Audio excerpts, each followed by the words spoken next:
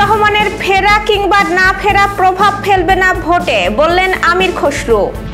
পরীক্ষা না নিলে শিক্ষকরা শাস্তির মুখে পড়বেন, জানালেন শিক্ষা উপদেষ্টা। ভোট ছিনতাই করতে এলে দুহাত যেন ফিরিয়ে নিয়ে যেতে না পারে, বললেন জামায়াত নেতা আজাহারুল ইসলাম। খালেদা জিয়ার সুস্থতা কামনায় দোয়া অব্যাহত।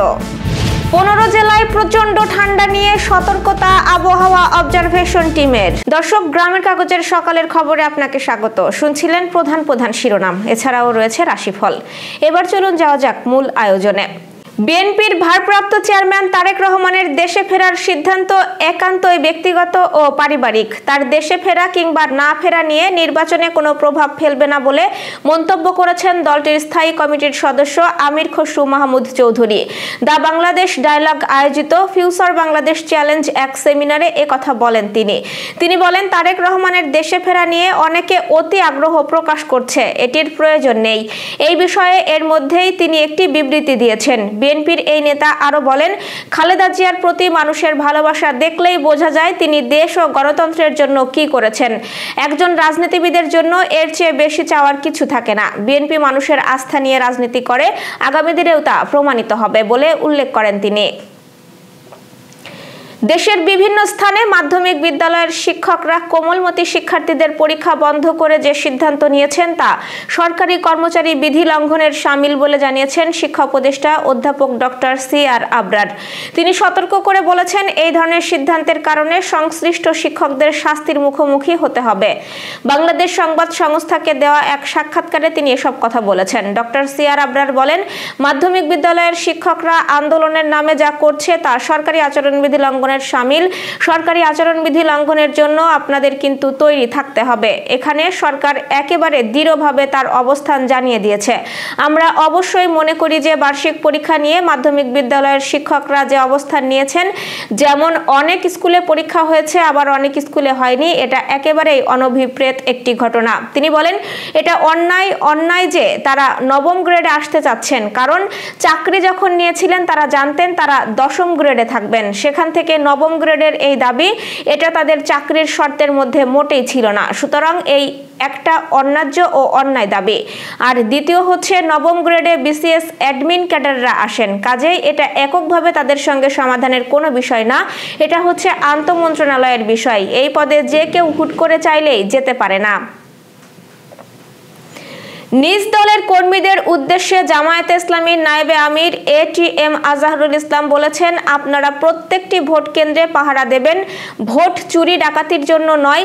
যারা ভোট ছিনতাই করতে আসবে তারাও দুহাত নিয়ে আসবে, আপনারও দুহাত আছে। তারা যেন ভোট চুরি করে দুহাত ফিরিয়ে নিয়ে যেতে না পারে। তিনি বলেন, আমরা জীবন বাজি রেখে এই পর্যন্ত এসেছি, আমাদের চাওয়া পাওয়ার কিছু নেই। আমরা এই দেশকে সোনার বাংলাদেশ দেখতে চাই, আর সেই লক্ষ্যে সবাইকে দাঁড়িপাল্লায় ভোট দিতে হবে। মঙ্গলবার বিকেলে ফরিদপুর শহরের অম্বিকা ময়দানে জামায়াত ইসলামী ফরিদপুর শাখার আয়োজনে গণসমাবেশে সব কথা বলেন জামায়াতের নায়েবে আমির। আগামী জাতীয় নির্বাচন প্রসঙ্গে আজহারুল ইসলাম বলেন, এবারের নির্বাচন শুধু ক্ষমতা পরিবর্তনের নয়, এই নির্বাচন আদর্শিক পরিবর্তনের নির্বাচন। সাবেক প্রধানমন্ত্রী বেগম খালেদা জিয়ার সুস্থতা কামনা করে যশোর জেলা যুবদলের উদ্যোগে দোয়া মাহফিল অনুষ্ঠিত হয়েছে। মঙ্গলবার আসর নামাজের পর প্রেসক্লাব যশোরে এই দোয়া অনুষ্ঠিত হয়। অনুষ্ঠানে উপস্থিত ছিলেন যশোর নগর বিএনপির সভাপতি রফিকুল ইসলাম চৌধুরী মুল্লুক চাঁদ, সাধারণ সম্পাদক এহসানুর রহমান সেতু, যশোর জেলা যুবদলের আহ্বায়ক এম তমাল আহমেদ সহ অন্যরা। একই দিন যশোর জেলা ছাত্র দলের উদ্যোগে বিএনপির কার্যালয়ে দোয়া মাহফিল আয়োজন করা হয়। এতে উপস্থিত ছিলেন বিএনপির ভাইস চেয়ারম্যান অধ্যাপক নার্গিস বেগম সহ ছাত্রদলের বিভিন্ন পর্যায়ের নেতৃবৃন্দ। প্রচন্ড ঠান্ডা নিয়ে সতর্কতা জানিয়েছে আবহাওয়া অবজারভেশন টিম। আগামী 10-11 ডিসেম্বর পর্যন্ত দেশের বেশ কিছু স্থানে রাতে প্রচন্ড ঠান্ডা অনুভব হতে পারে বলে জানিয়েছে সংস্থাটি। বিশেষ করে রংপুর, রাজশাহী এবং সিলেট ও খুলনা বিভাগের কিছু কিছু স্থানের তাপমাত্রা 10 থেকে 11 ডিগ্রি সেলসিয়াসের আশেপাশে নেমে আসতে পারে। এছাড়া দেশের বাকি স্থানগুলোতেও তাপমাত্রা 13 থেকে 16 ডিগ্রি সেলসিয়াসের আশেপাশে নেমে যেতে পারে। সতর্কবার্তায় বলা হয়, পঞ্চগড়, নীলফামারী, ঠাকুরগাঁ, দিনাজপুর, কুড়িগ্রাম, জয়পুরহাট, নওগাঁ, চাঁপাইনবাবগঞ্জ, রাজশাহী, নাটোর, চুয়াডাঙ্গা, মেহেরপুর, যশোর, রংপুর ও শ্রীমঙ্গলের আশেপাশের এলাকার রাতের সর্বনিম্ন তাপমাত্রা 10 থেকে 11 ডিগ্রি সেলসিয়াসের আশেপাশে নেমে আসতে পারে। দর্শক, এবার চলুন জেনে নিই কেমন যাবে আপনার আজকের দিন অর্থাৎ ৩ ডিসেম্বরের রাশিফল। মেষ রাশির উদ্যম ও নেতৃত্ব গুণ বাড়বে, অফিসে নতুন দায়িত্ব পেতে পারেন, পূর্বের কোনো পাওনা ফেরত আসতে পারে, সামান্য মাথা ব্যথা বা ক্লান্তি হতে পারে।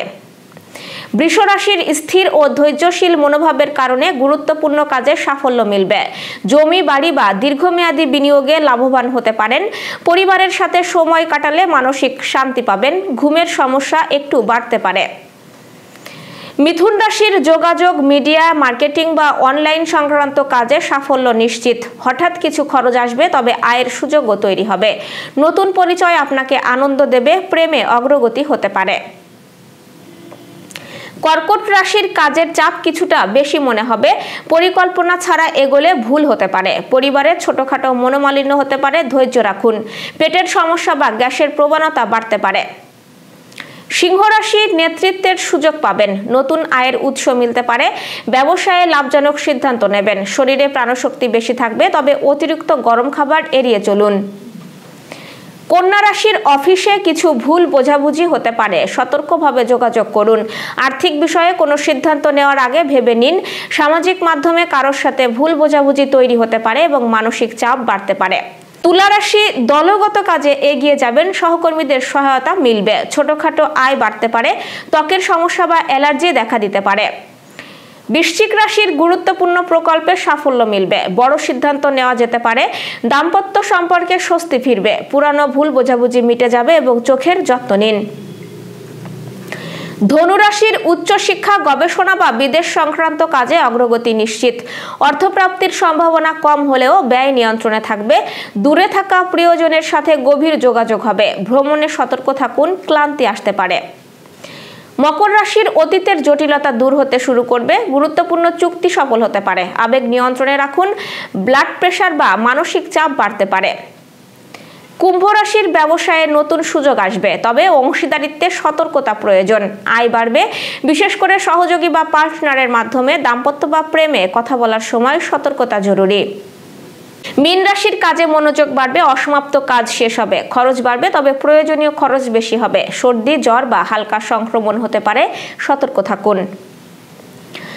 দর্শক, এই ছিল এখনকার আয়োজন। আগামীকাল ঠিক একই সময়ে সকালের খবর দেখতে ও জানতে চোখ রাখুন গ্রামের কাগজের ইউটিউব চ্যানেল ও ফেসবুক পেজে।